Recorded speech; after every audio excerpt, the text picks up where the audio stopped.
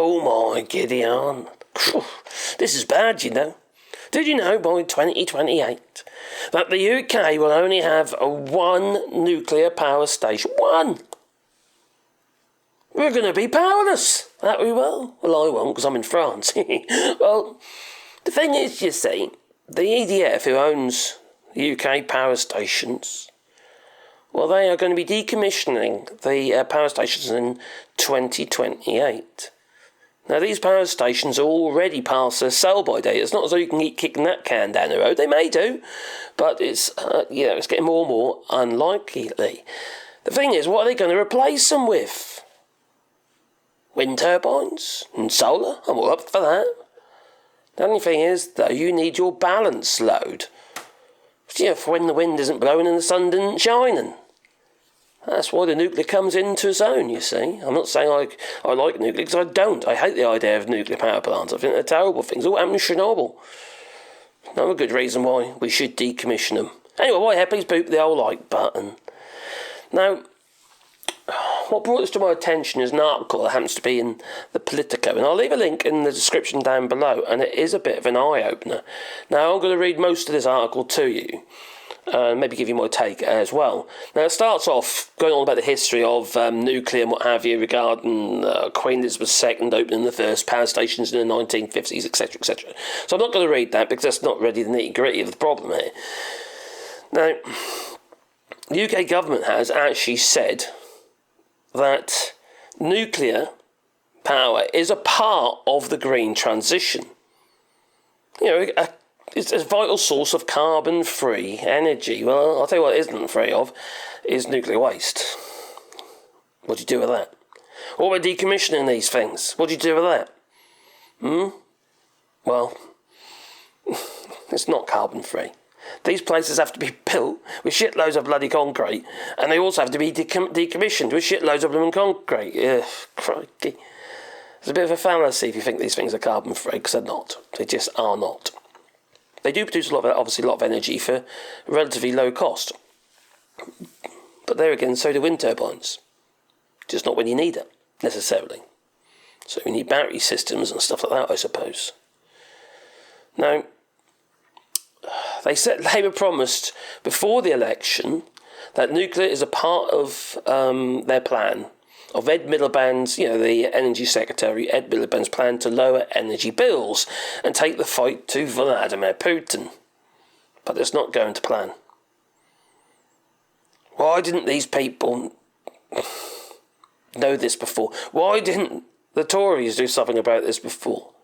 Yes, they are building another power station. I believe the Chinese involved as well, but this flipping power station is already, nuclear power station that is, already years behind, and has got over budget, not just by a little bit. You see, the budget was 18 billion originally, it's gone up to 46 billion now. So for Ed Miliband to say that it's a part of our plan, energy transition plan, is a bit for the birds, really, and it isn't just myself, but also experts, apparently, are not convinced. But you know what Michael Gove said back in the day? He said, don't listen to the experts. Well, the lack of nuclear power poses significant risk to the UK hitting its net zero goals, the Independent Climate Change Committee said last year. Now, there's little room for delay in the technology development, site identification, certification, planning and delivery of new nuclear energy. The researchers at the Energy Systems Catapult said back in April. The thing is, these things it can take a couple of decades to build. They don't just plop them into place, Even if the micro, the small nuclear plants that have been developed by Rolls-Royce come into fruition at any time, they still need the surrounding infrastructure to support them. You can't. It's not just a case of just opening up a power station. It's got to go somewhere. It's got attached to the grid, for instance. And we already know that the national grid can't support what it's got regarding wind and what have you, let alone nuclear. It's old, dilapidated, ancient. Now, it's been said that Ed Miliband, etc., and his colleagues need to get off the pot. That's what the industry is saying. And they're saying that the industry is actually shrinking. Now, the crisis may be coming to a boil now since we're coming to 2028, and there's no time to build these things. But it's had a long history and plenty of political parents, what have you. Think how many Tory governments we've had. What have they done? We've had the talk, haven't we? From Boris Johnson regarding the Rolls-Royce and what have you. And in some ways, these small nuclear power plants, I think is potentially a good idea. Because, you can put it where it's needed. Within reason, you've still got to have certificated sites, maybe, usually on the coast. I think there's good reason for that. It's not because of the water supply and stuff like that, because you can't use the salt water to cool these things, because obviously it's corrosive. So they're still using fresh water or clean water from rivers and what have you to be able to cool the nuclear reactors. But the good reason is that, if you get fallout, half that fallout goes to sea,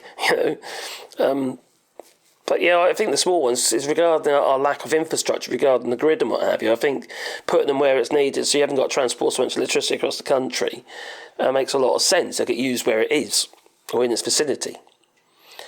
Now, there's all sorts of blame game going on. It says here that's the fault of Margaret Thatcher's shortism, claimed a Labour pair. And ex-minister John Speller, former Tory Prime Minister Boris Johnson blamed Labour's Tony Blair. And Conservative veteran and one-time Environment Minister John Redwood said that the Liberal Democrats in government were particularly unhelpful. So there's plenty of blame game going on, but it's typical of these politicians. And instead of accepting their failures, they just want to blame everybody else. It's pathetic, really. Absolutely pathetic. But we've had decades of this, haven't we? Let's be honest. It is a legacy of failure. But the latest is, let's blame the French. The French don't dictate to the UK regarding legislation, and the French don't pay in entirety for these power plants. No. There's a certain amount of subsidy, which means it comes from the taxpayer. Well, EDF, or EDF, it was just a state-owned, French state-owned energy giant. I live in France, and my energy is supplied by EDF. And it's majority owner of UK's 5 remaining nuclear power plants. Hartlepool in Durham, Heysham 1 and Heysham 2 in Lancashire, Torness in East Lothian, and Sizewell B in Suffolk. I've been there. And all are already operating beyond their sell-by dates. They should have already been decommissioned. Now, 4 are slated for closure in the next 5 years, and only Sizewell B is scheduled to stay open. And when it shutters for maintenance in 2029, the UK will be nuclear-free for the first time in over 7 decades. No nuclear. How the hell is the country going to, power itself? And excuse me, let me just move my phone out of the way, because it keeps going beep.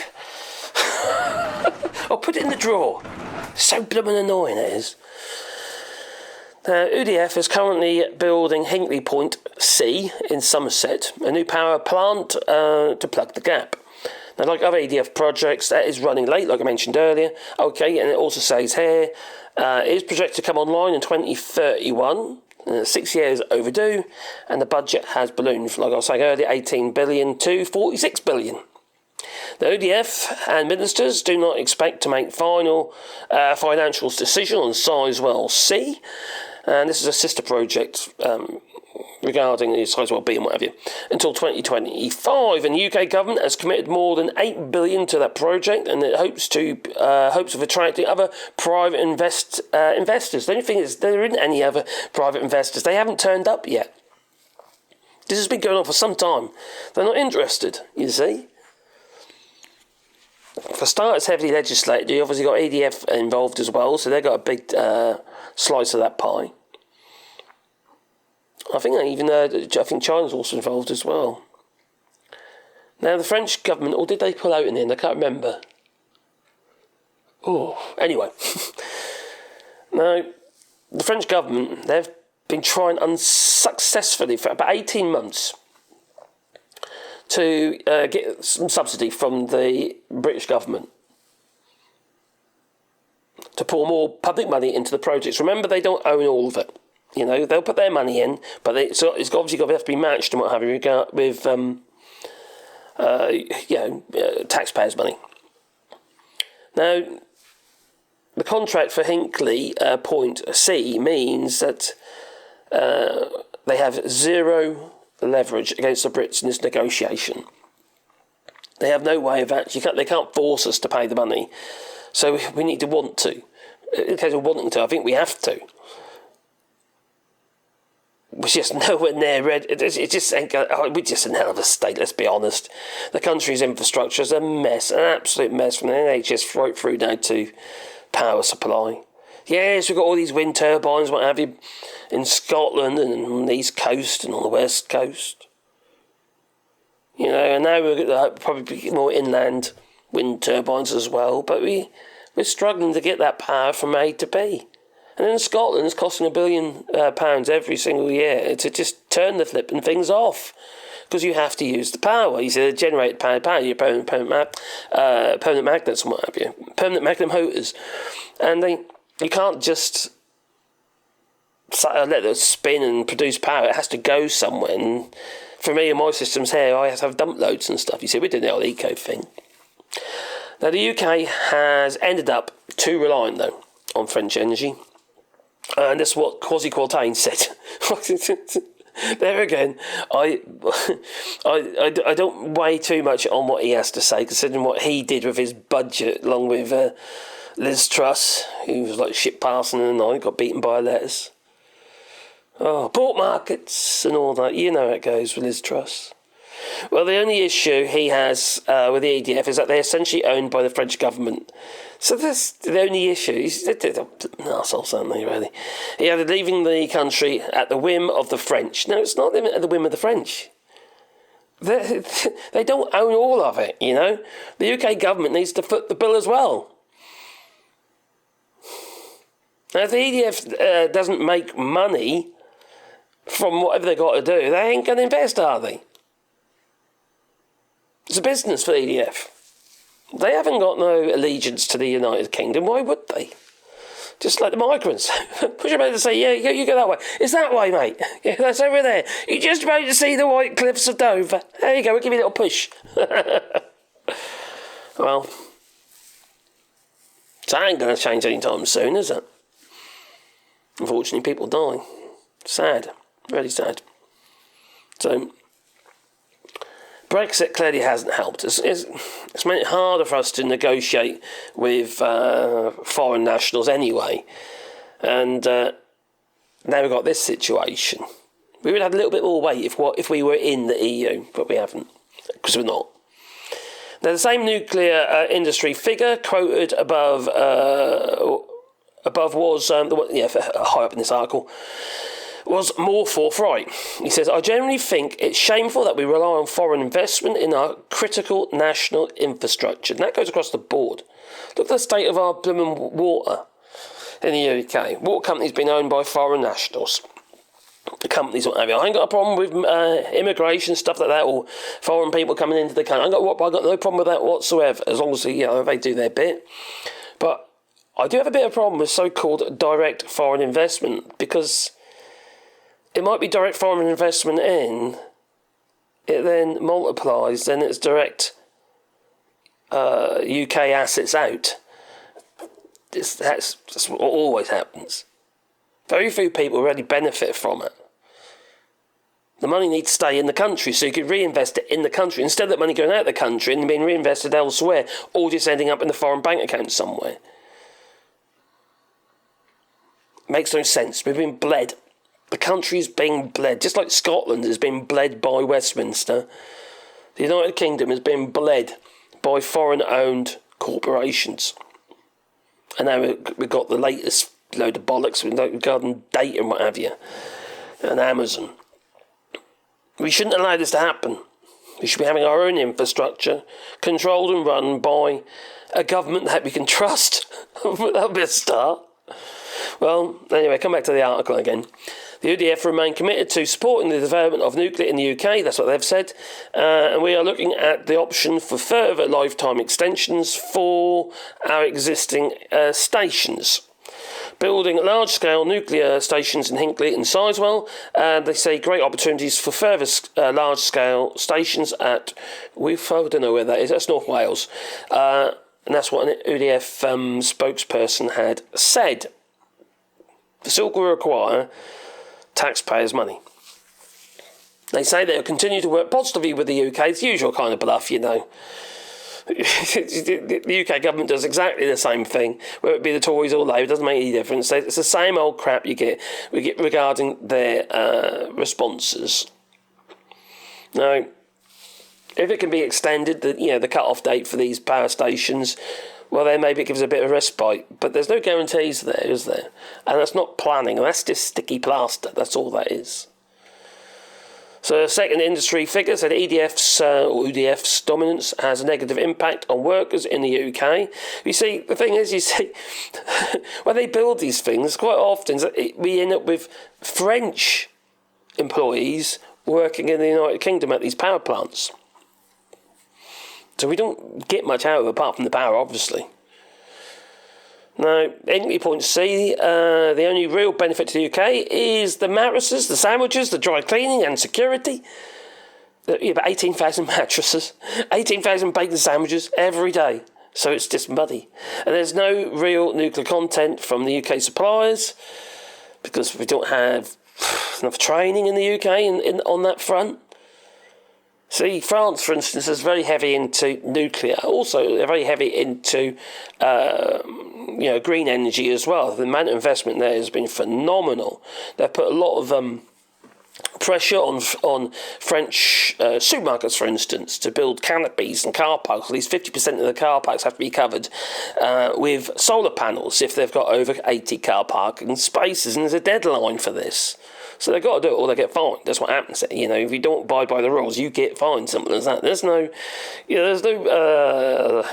middle ground or not middle ground. There's no softening in that. It's just going to happen. They just get fined, so they do it. And they do it, and they realise, oh, this is pretty good. We're earning money, so why the hell wouldn't they? The scheme's all been set up to allow supermarkets to be able to do this swiftly and smoothly. And massive buying power is provided in the EU, and especially here in France, regarding all the solar panels. In a sense, what's happened is the price of solar panels come down because, the buying power of it all. You know what it is? As soon as you double the consumption of solar panels, all of a sudden the prices start being chipped at. Now, a spokesperson for the Department for Energy Security and Net Zero said the UK suppliers will play a vital role in the construction of Sizewell C, delivering most of the civil, mechanical and electrical engineering and creating 1,500 apprenticeships to build the nuclear workforce for the future. And that's what we need. We need apprenticeships, proper apprenticeships, that's what we need. And this requires some of the highest skill levels in the UK and nuclear engineering and construction industries, and will deliver multi-billion-pound contracts to suppliers up and down the countries. No, there'll be multi-billion-pound contracts that will be going abroad, like it always has done. Too many backhanders, too much lobbying, Preferential treatment. Look what happened regarding MedPro and Michelle Mone, what have you, and the pushing by Michael Gove. That's kind of what happens in the UK. Lobbying. The wrong people get the right contracts. And all we've got now is blame going. They're all just blaming everybody else, including France. France really doesn't have any power in this. Yeah, they can have their words, they can say what they like. But ultimately, it's down to the government at times. This pressure is going to be on Ed Miliband and obviously Keir Starmer. So it's not looking good. And there's more to this article here that I got in front of me in the Politico. A lot of it is just about people's opinions and stuff like that. More about Quartain. He's blaming the Whitehall blob. For God's sake. These people are pathetic, aren't they, really? They really are pathetic. Unfortunately, it'd be just ordinary folk that are going to be suffering as a result. It's always the case, isn't it? It's the little people that have to pay the price and have to turn their lights off. Well, actually, probably turned off for them because there won't be no power to reach them. And you've got all this situation, then you've got all these data centres left, right and centre being built in the United Kingdom. How are we going to be feeding them with power? Now, some of these data centres are going to be going nuclear. Elon Musk, for instance, in the US, he's been building data centres and then build the nuclear power stations without permission. You know? Regarding the water and what have you. Regarding cooling these things. It's just nuts. And we've got similar problems here in the United Kingdom. Now, we have governance for a reason, but, if the governance isn't working, there's a problem, isn't there? We were members of the European Union. That provided governance. Made sure that your governments did their jobs properly, but unfortunately, we're no longer in it. Also allowed us to have a little bit more sway, a little bit more influence with France, for instance, regarding EDF. But not now. No. What a blooming mess. So, it's true. You don't believe me? Read the article in the Politico. There's plenty of people backing it up. It's deeply concerning. And it could leave Britain in the dark. Now, my suggestion to Scotland, cut the cables and feed your own houses with all those wind turbines. Anyway, I hope you found that of interest. Please click the like button, maybe subscribe to the channel and little bell icons, and you get one fast thing in your pocket every time I upload another video. But if you want to support the channel, you can do it on Patreon, or we could buy us coffee, and the link's down below. But we're also doing a rewilding here in France, where we're planting 1,000 trees on 2 hectares of land. We'll be a part of our little project. There's a link down below. Make a small contribution and we'll plant a tree on your behalf, and I'll make a sign to go with the tree. It could be a memory of a loved one if you like. It could just be your name, or maybe a present for Christmas. Anyway, before I make this video even longer than it actually has to be, I'm going to say toodaloo, but please comment down below. And what a blooming mess.